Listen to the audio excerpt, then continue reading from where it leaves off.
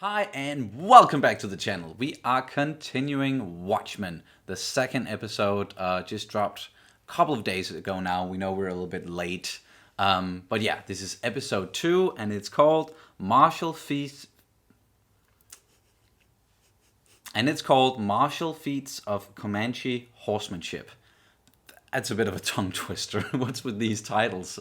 Yeah, but we enjoyed the first episode very much, even though a lot happened and we were kind of confused at the end of it. Or not confused, but it's just there's a lot to keep track of, and you're being thrust into a whole new world where you don't really know what's going on and how it all fits together.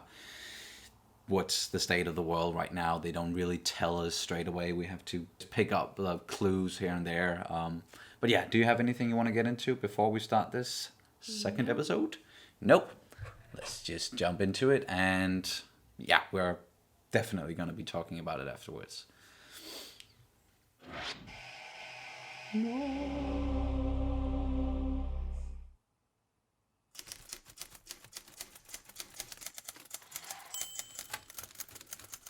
was just about to say, does this series have like a title intro sequence?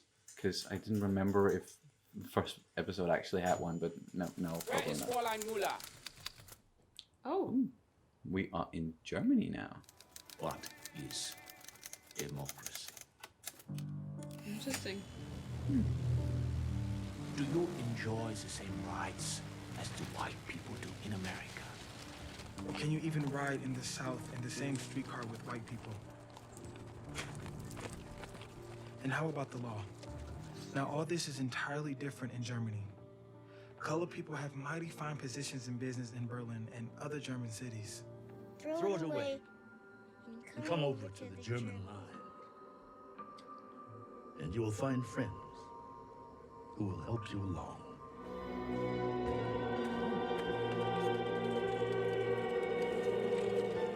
Once again, the title appears behind that character, just way older. Time to break some bones. Oh, that's neat. It's where you do body paint. Mm-hmm. Airbrush.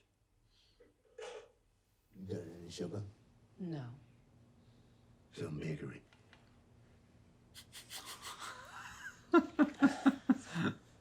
Sassy. You're 90 fucking years old. How the fuck did you hang him? I am 105 and you curse too much. You didn't kill him. I did all by myself. How? He had skeletons in this closet. The fuck does that mean? There's a vast and insidious conspiracy at play here in Tulsa. Oh my God. I'll be right there. I was just about to ask if she even reported it or said anything, took the body down, but no.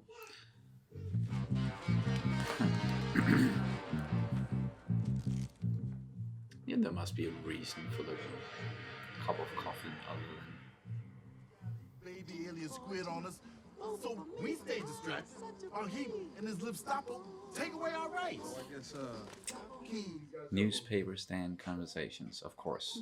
It is Watchmen.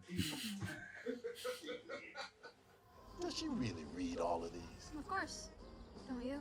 Oh, I read it. I just don't believe it. Does who read what? No promises. New Frontiersman. You think it's cavalry? That would be the obvious conclusion. He's got fibers in his fingernails. He was alive the whole time. Ooh. Yeesh.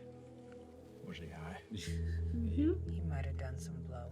Sounds like quite a party. My kids were there. Your kids. Fuck you, you shiny fuck. Oh. Cool motherfucker glass. Then why am I crying under here?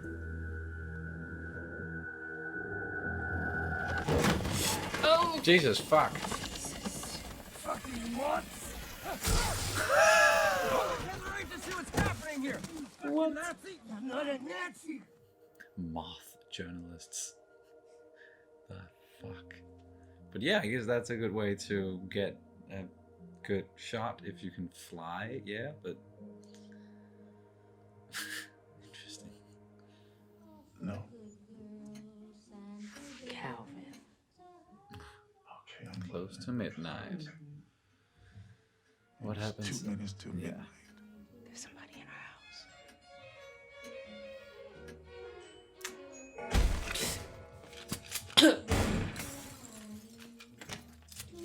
Yeah, this is probably the White Knight.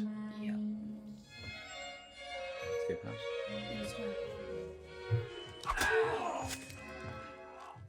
Jeg ved godt, det bliver helvede af det her, men... So it just kind of struck me. The reason why she has adopted kids is because she thought she was hit right in the abdomen, in the lower abdomen. So maybe they kind of blew her uterus out, so she could not get babies, and that's why she had to adopt. Mm-hmm. Yeah. So it just struck me, and I just had to get it out of my system. Ah, okay, So, yeah. And yeah. we might get to see that happen now. Yeah. So, yeah. Noise.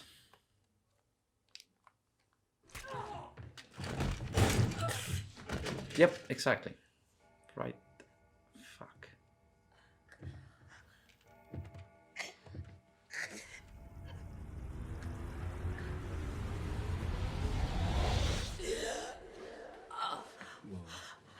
Whoa. They came for everybody. Coordinated attack. Simultaneous hits, 40 houses. Most of us asleep in our beds on Christmas Eve. You got your guy too. Stabbed him and he bled out in your kitchen. I reckon there's somebody up there looking out for you. What about the other guy? Yeah. Gunshots and took his sister and the baby and hid in the closet. Topher. Oh. He goes by Topher. Ah, okay, so they... She took It's- them. Yeah. Oh. I let you down.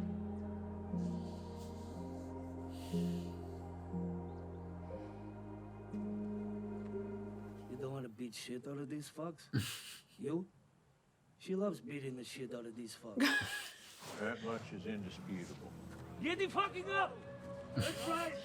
Giddy fucking up.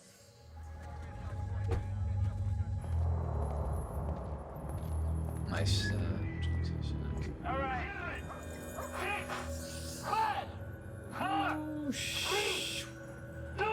Watch it. Oh, there we go. An improved situation. Maybe that was the intention. This shit is unnecessary. Look out! Okay. Oh. Speaking of unnecessary, Angela, Jesus. I think she's got that kill switch, like Yeah. Explodations, I still want that explained as well. May I have your consent to test a sample of your DNA? Yes. Please take a cotton swab from the drawer. The fuck kind of machine is this? Inside your cheek. Only survivors of the 1921 Tulsa massacre and their direct descendants are eligible to apply at this facility. Please tell us the best number to call you. 539. Oh, so that's red foundations. And people are protesting that because they think it's... The opportunity Yeah. to right the wrong. You're not allowed to be here. And you're not allowed to withhold my visitation. I know they're inside there. And you didn't arrest him. I didn't arrest him because he didn't do it. But he says he did. He also says that Dr. Manhattan can pretend to be human. No, he can't. That's what I said. You and me, Topher, we don't do lollipops and rainbows. Because we know those are pretty colors that just hide what the world really is. Black and white. magnetic Lego set thing. Yeah. That's the last photo that will ever be taken of me. Rolf Muller, circus strong. Oh. Except that's not me. Hooded Justice? Yep. We don't have a say.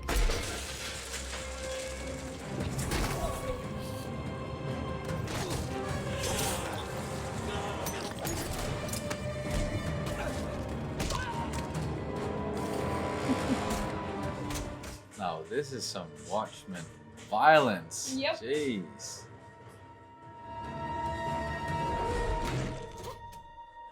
Whoa.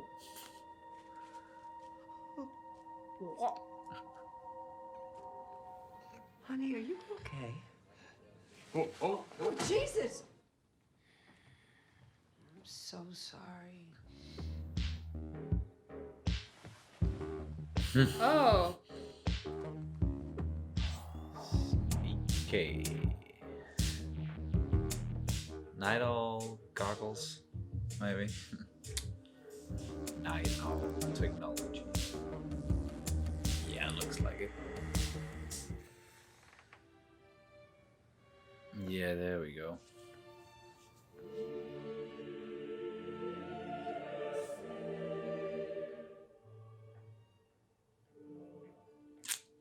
It's not so black and white now, is it?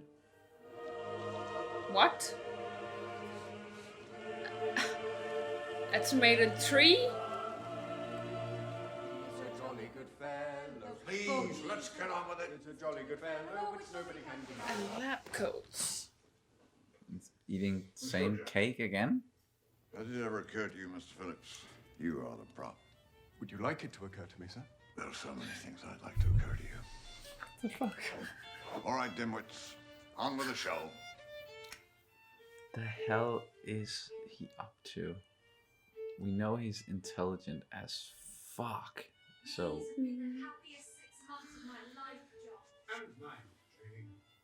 Damn! I must have left it in the intrinsic field generator. I'll go fetch. okay, so it is the story of Dr. Manhattan. Yeah. I love you, John Osterman. And I love you, Jenny 3, Slater. 2, 1.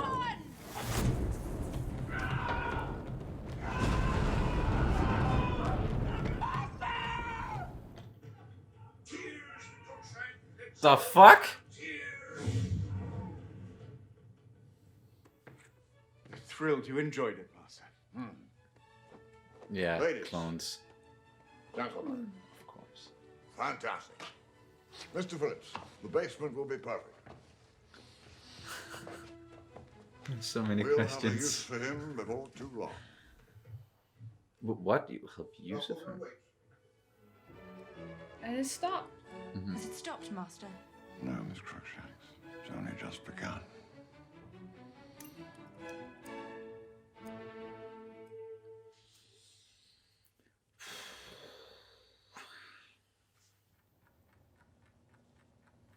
Wait, did he get out of the handcuffs?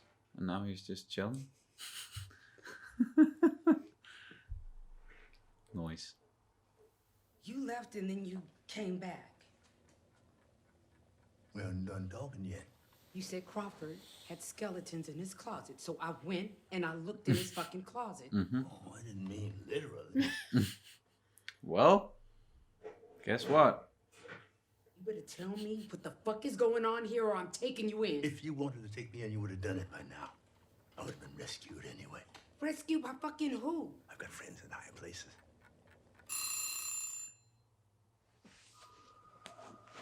Who? You should also know that we have identified 2 ancestors and 2 descendants in your family tree. Will, Angela Abar is your granddaughter. Fuck. Okay.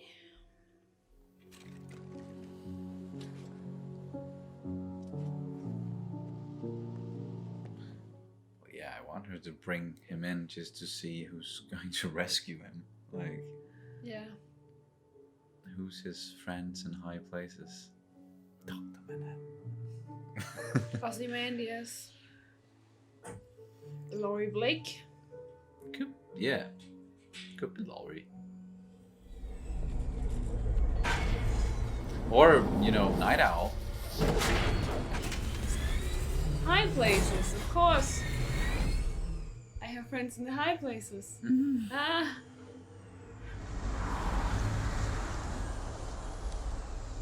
Yoink.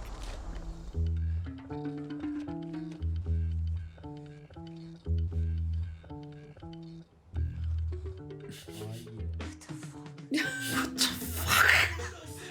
Yeah, that's a what the fuck moment. Yep, that was the second episode. Yeah.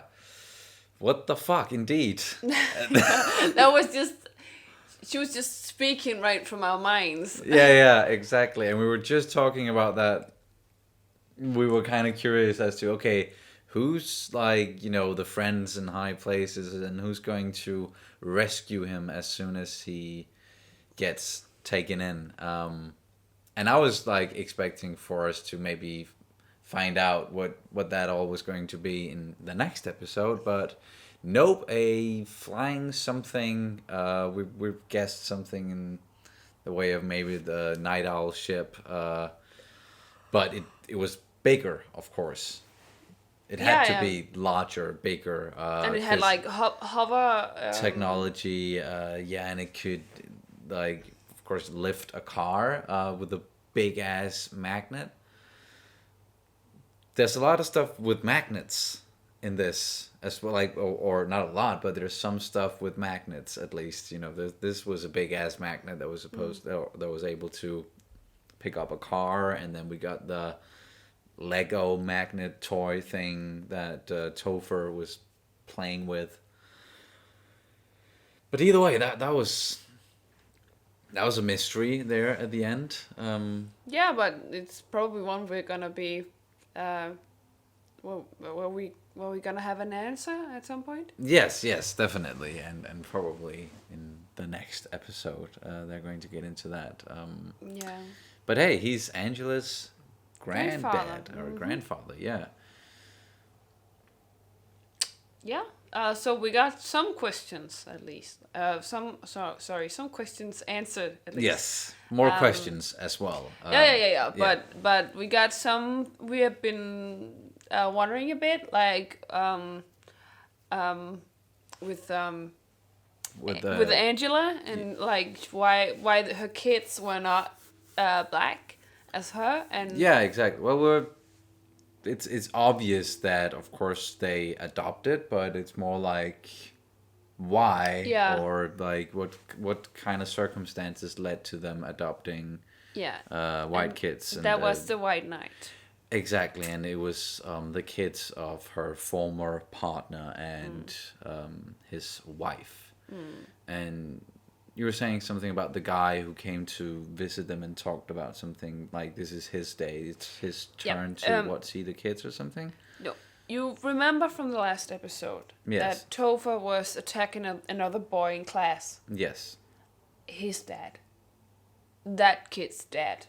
But why is he talking about it's his turn?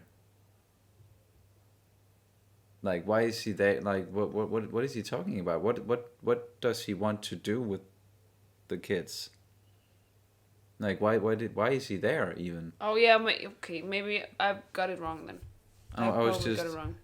Or you could maybe be wrong. I was just curious as to who that guy was. My first guess was that he was the granddad of the kids or something.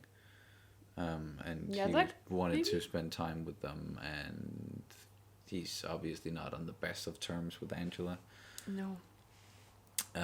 He said something about the red foundations, and now we found out what the red foundations actually are. It was some kind of support or help. Yeah, it's some kind of support for people who are eligible to get it, and the people eligible to get it are victims or descendants of victims from these the Tulsa massacres. Yes.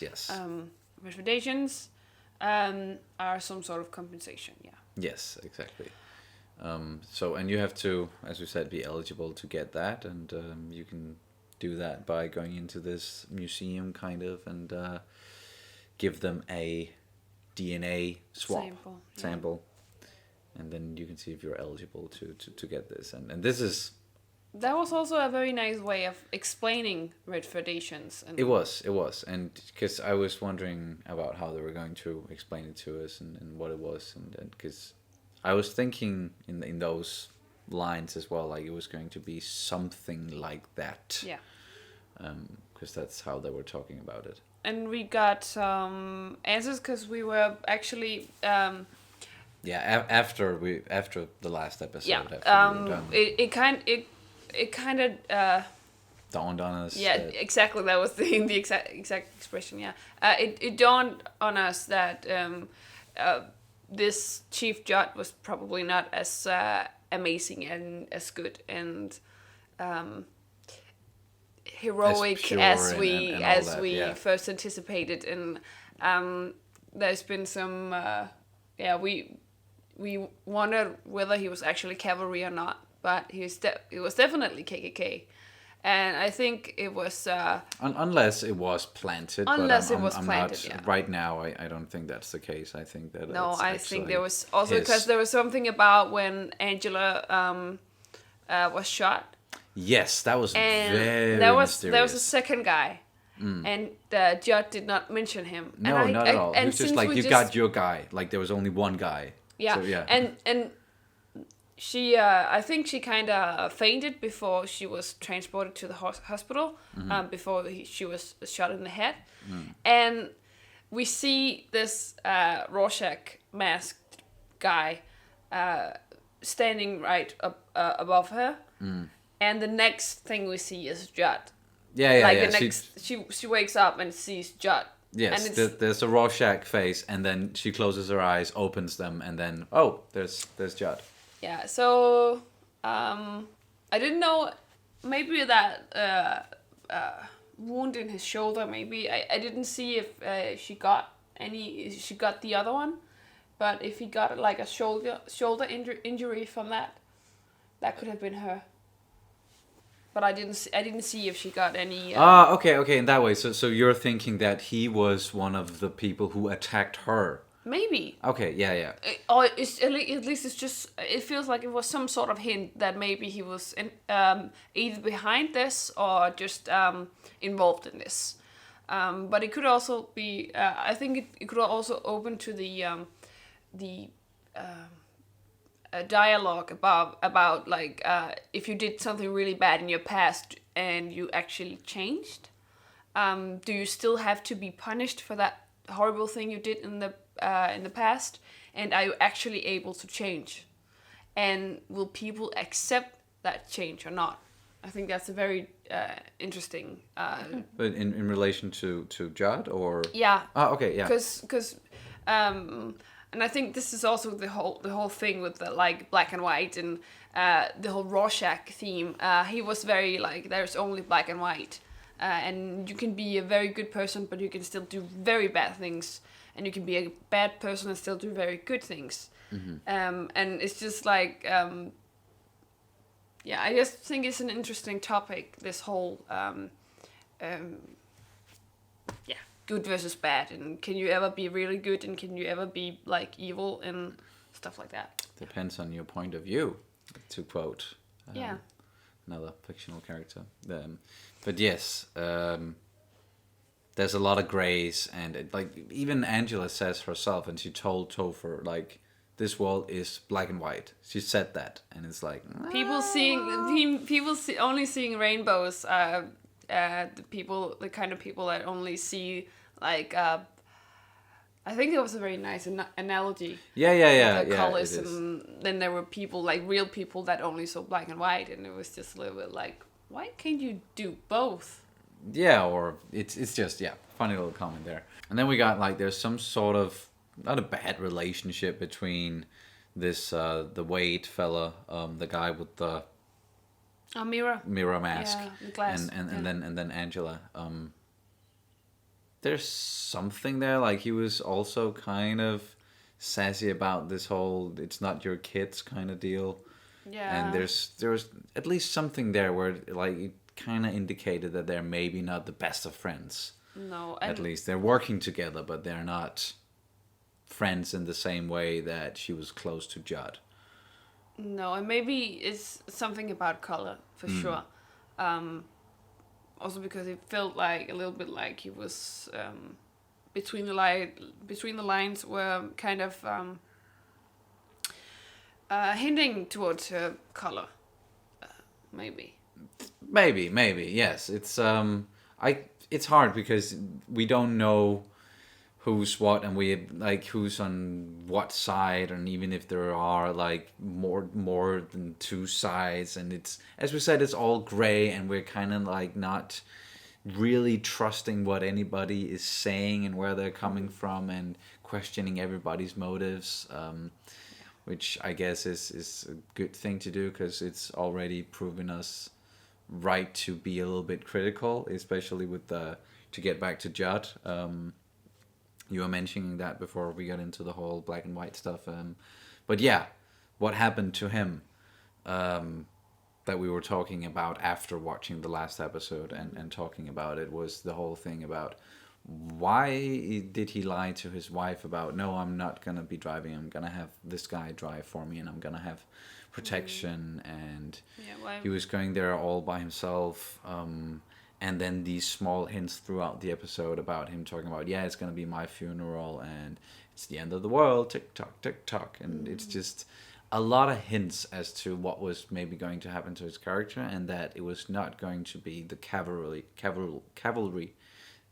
I hate that word. And that it was not going to be the cavalry that actually did him in the end. And what we know so far is that Will, the guy in the wheelchair, Angela's granddad, all of a sudden, he's claiming that he's the one who strung him up, even though he's what 105? Damn. So it's hard to imagine that he would be able to do that. But it is another world, like an alternate reality. Yes. So. And we see that again and again with stuff that's like, wait, what is this? What's going on here? And even technology and fucking tomatoes growing on trees.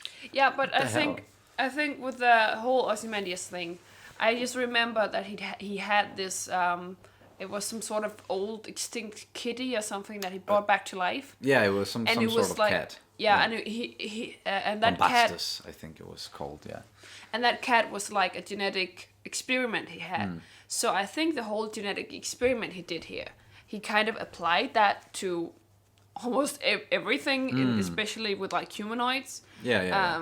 Because we saw all these clones, and now we finally got the answer that these are clones. That's why these people seem very off, and was suggesting that he should carve his cake with a horseshoe in the last episode. And okay, so it makes sense. They are made in a lab. Probably. Yeah, and I think the whole with the tomatoes hanging from a tree was also like it just one of his experiments. Yeah, exactly, one of his experiments, but with genetics. And yes, that's what I was thinking. That's what I was thinking as well when we saw that whole thing with the tomatoes. But it's still a part of this. It's a different world, and there are some stuff going on that's like, whoa, that's way different and kind of fantasy, sci-fi like, but it still fits into this. Well, you can explain it and you can kind of reason your way. Okay, we know that Adrian Veidt, he employed a lot of scientists to do some gene modification stuff, and he had this cat, and he did the octopus or the squid thing, and okay, so he has a history of this stuff, so it makes sense that he would keep on doing this, and now he can make human clones. That's a big thing. That's holy shit. So the whole thing with the tomato tree, it was actually kind of the thing that made me remember the kitty. So I just, it was just... I like you saying kitty, like it was a small little cute kitty, when it was a big fuck off cat that could kill you. Yeah, but it was a kitty. Okay. It was just, this whole tomato thing was just the thing that made me realize, he actually did experiments with genes and genetic modifications and cloning and stuff like that. Yeah. And I just the only thing I have about Ozymandias for now is like, what is his plan? What's going on? His role in this whole Yeah. weird thing going on? And He has a plan. He's doing something, but well, he's faked his death, obviously, or people believe that he's dead, because we saw that in that newspaper article that declared dead. So he's doing something secret behind the scenes, as he did before as well. But it's just like, to what end, and what's up with the clones? What's up with his obsession with Dr. Manhattan and his origin story and the watchmaker's son? How's he gonna fool the world now? Like, what is he going to do? But overall, I enjoyed this episode very much. How about you?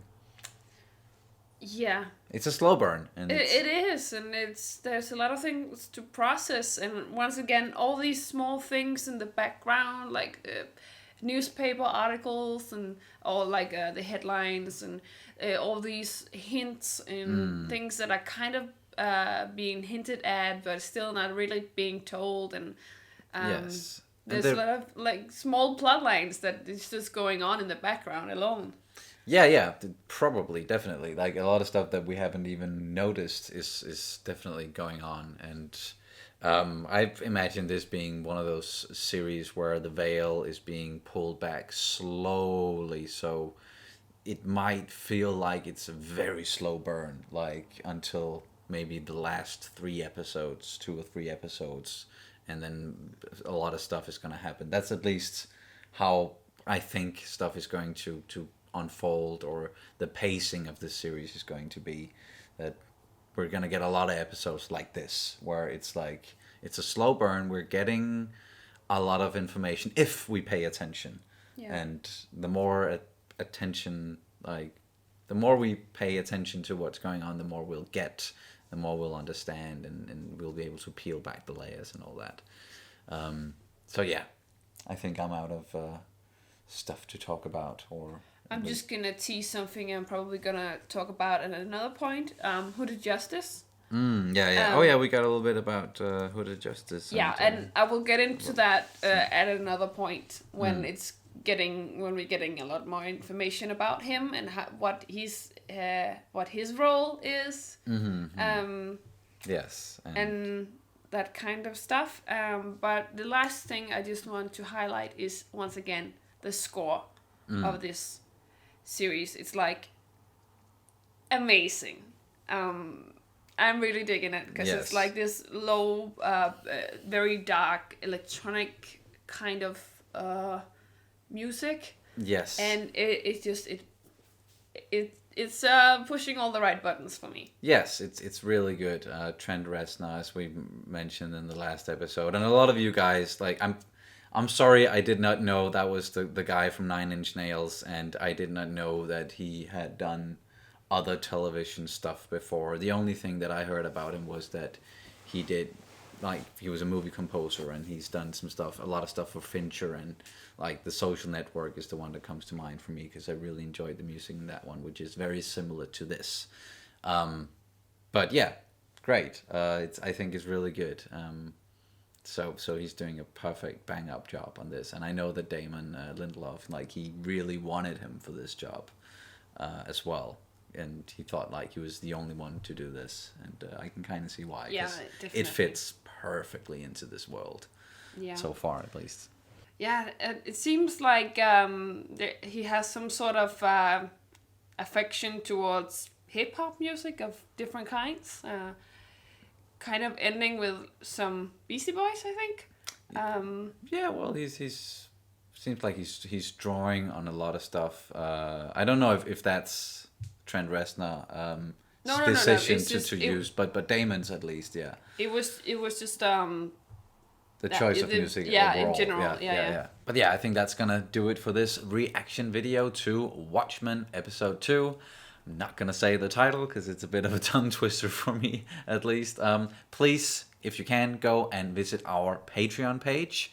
where you can look at the tiers, see what's right for you. Any kind of support is always welcomed. It enables us to do more of this stuff, make more content, better content in the future and all that. So thank you to all of you who has chosen to support us so far, and thank you all for watching. We will see you very soon. Bye. Bye.